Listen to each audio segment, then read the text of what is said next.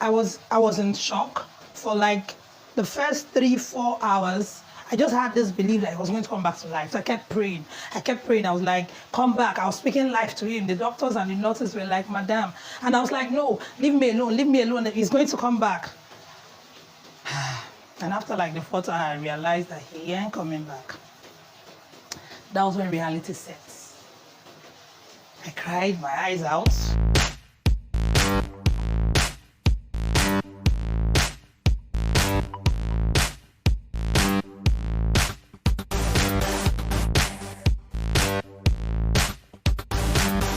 Hello everyone, you're welcome to Let's Talk with Chisom.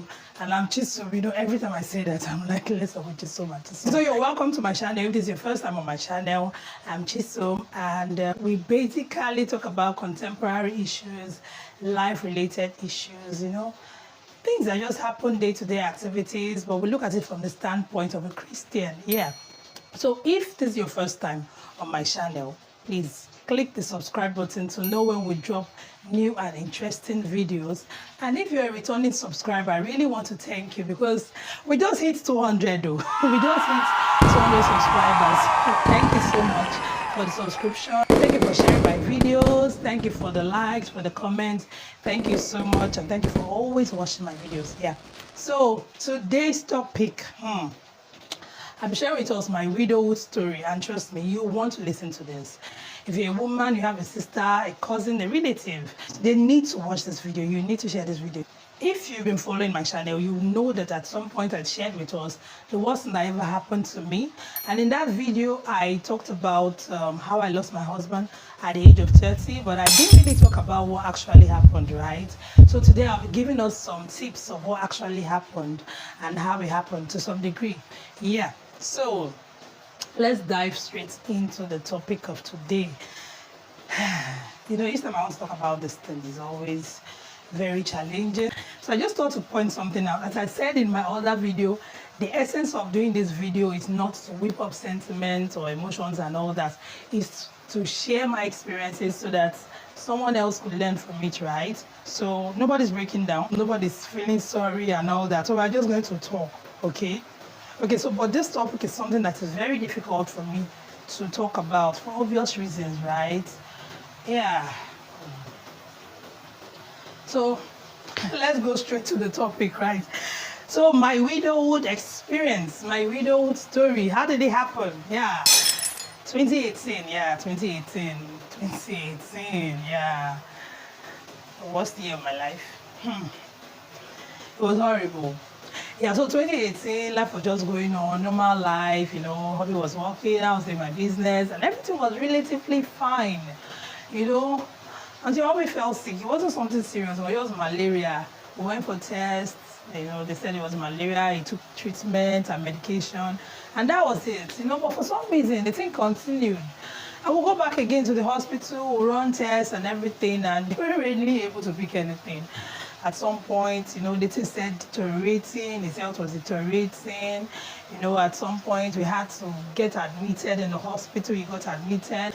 We were staying in my sister-in-law's place for treatment. So because it was far from our place, the kids couldn't go to school. So they missed school for one term. That period, hubby was ill. You know, we went to the hospital. At some point, he got admitted, got discharged, and got admitted again. It was a very trying time for me, emotionally, psychologically. It was draining. You know, because I had to take care of him, and then the kids were also at home, and all that. The day it happened, I was with him in the hospital, and that night, that fateful night, you know, when it happened, it was like a home movie. It was like film trick. You know, nobody actually gets married with the hope that in the next 10 years you will lose your husband or you lose your wife. Nobody plans for it. Nobody prepares for it, you know. What happened, and it was like, okay, this is it. Like, I couldn't believe it at first. I was in shock. I didn't cry for some time. I was in shock for like the first 3-4 hours. I just had this belief that he was going to come back to life. So I kept praying. I was like, come back. I was speaking life to him. The doctors and the nurses were like, Madam. And I was like, no, leave me alone. Leave me alone. He's going to come back. And after like the 4th hour, I realized that he ain't coming back. That was when reality sets. I cried my eyes out.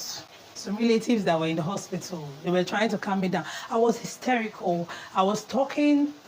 I was just talking. I was just talking all manners of things. I don't even know what I was saying. All I know is I was just talking. It was crazy. You know, I couldn't get a grip of myself.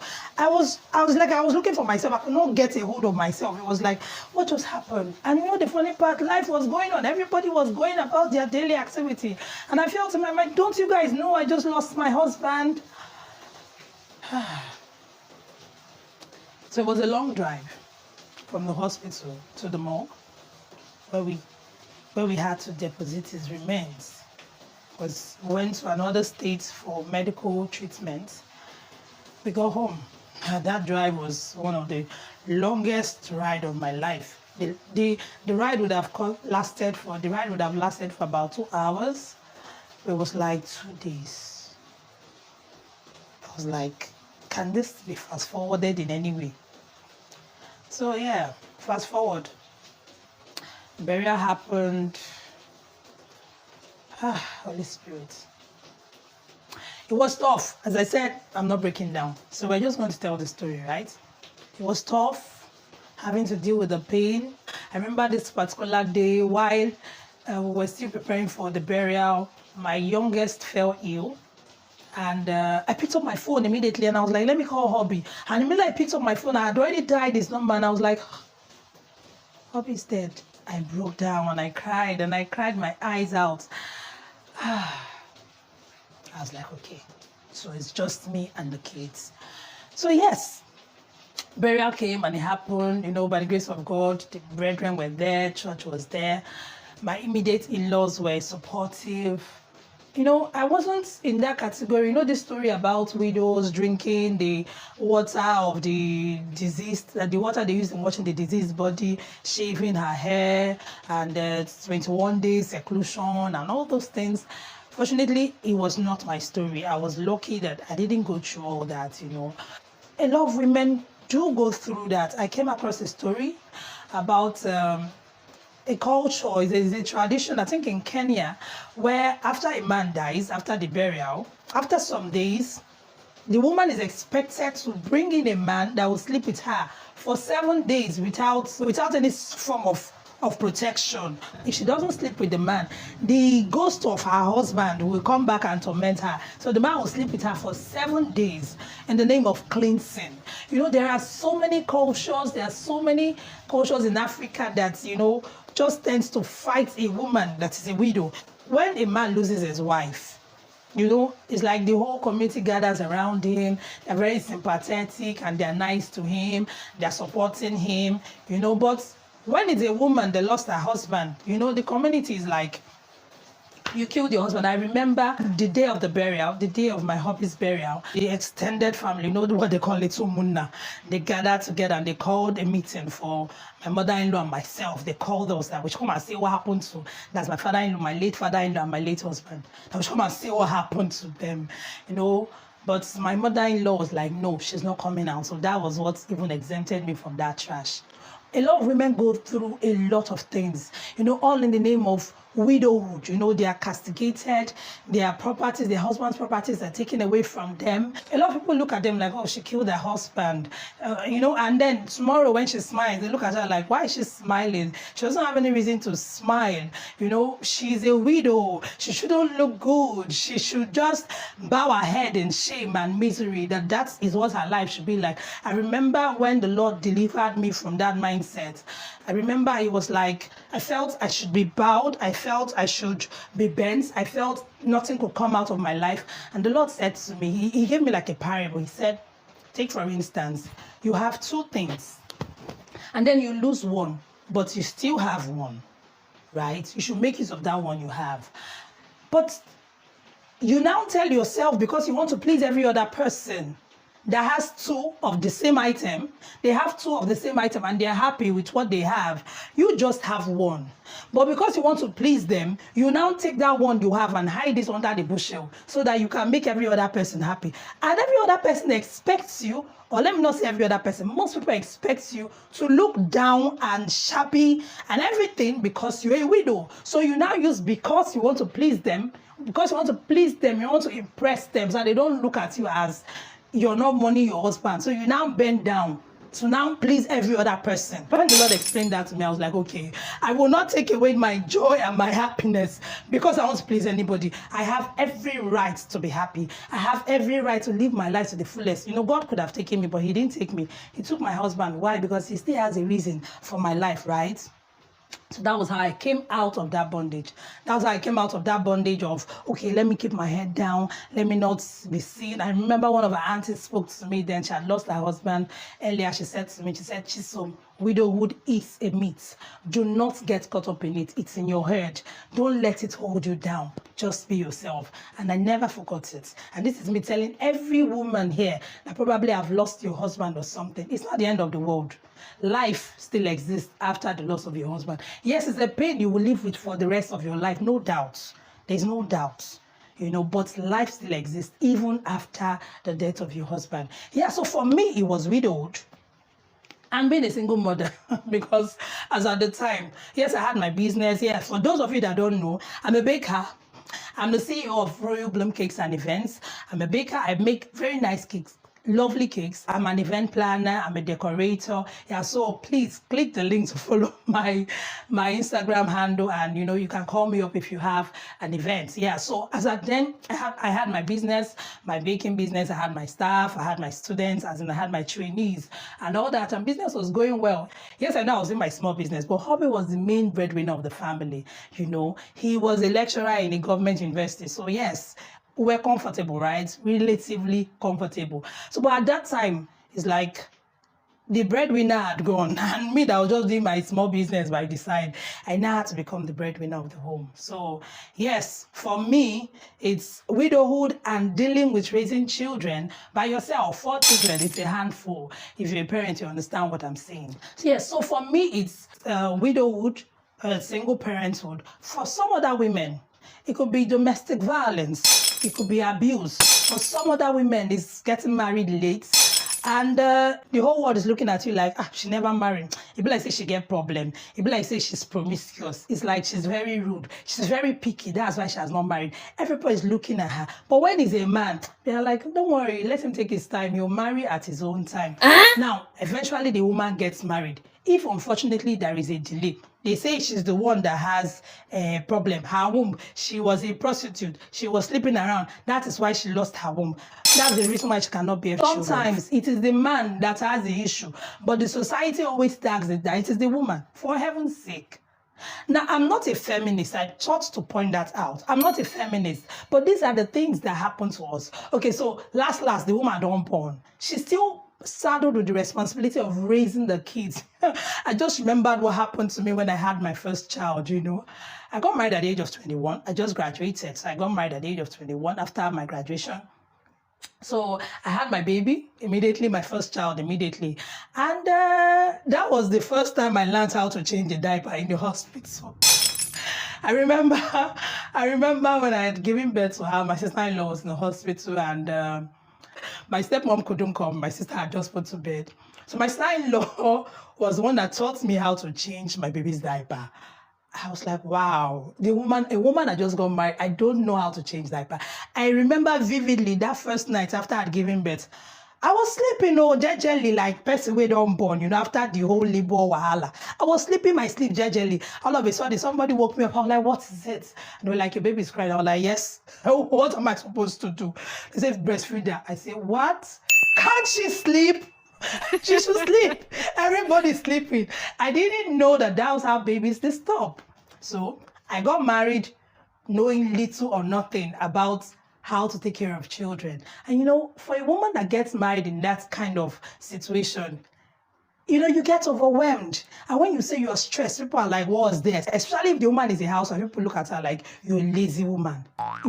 Taking care of a child, it's overwhelming. It's overwhelming because the child is selfish. The child cannot speak. The child just knows about himself and his comfort. And hey, you just keep running around the child. And you know, sometimes babies are very funny. And then you keep them on the bed and they have slept. You now say, let you rush up to do one or two things. That's when the baby will wake up. It's like, guy, you know, they sleep. You know, it's another world out there. So the woman is now faced with raising these children and raising them up well. That's another challenge, which can be very, very tight. It's a full-time job, which unfortunately nobody pays you for it. Yeah, if the woman has to juggle it with her job, that even becomes more difficult. For some women, it's one challenge or the other. Some are dealing with rape, some are dealing with abuse, some are dealing with, divorce. A lot of women are dealing with so many things, and sometimes I just wonder, like, God, why do women have to go through all this? Why does it seem like everything is working against us? And then I got an understanding. The Lord said to me, do you know how everything I make that is beautiful, the devil tries to fight it? And I was like, yes. He said, exactly. You know how I made man in my image and likeness, and the devil is just trying tooth and nail to bring him down? And I was like, yes, I know. He said, you know how I made sex and it's beautiful, and then the devil now tries to turn it into something else. I'm like, yes, I know. He said, that's the same thing with the woman. God made, it's like, how do I put it? Now, apologies to all the guys. As I said earlier, I'm not a feminist, but I'm just being as realistic as possible. You know, when you buy a car, 1999 model is nice, but when you buy the latest model like 2022, you can't compare the two, right? And I'm just being realistic. The Bible tells us I made them male, female. He made them. So at some point, God felt, let's separate these two beings together. There's a reason for it. And then God created this wonderful being called a woman. You know, a woman is she's so, I don't know, how do I explain it? You know, that part of God that creates, you know, that's the part that God puts into the woman. So the woman carries a baby for 9 months and then brings forth life. You know, there's so much about the woman. There's so much capacity, there's so much strength. A woman can multitask. For Africa, she's breastfeeding, she's cleaning diapers, she's cooking, she's attending to the other child. She's like, come out from there. Like, how did you know?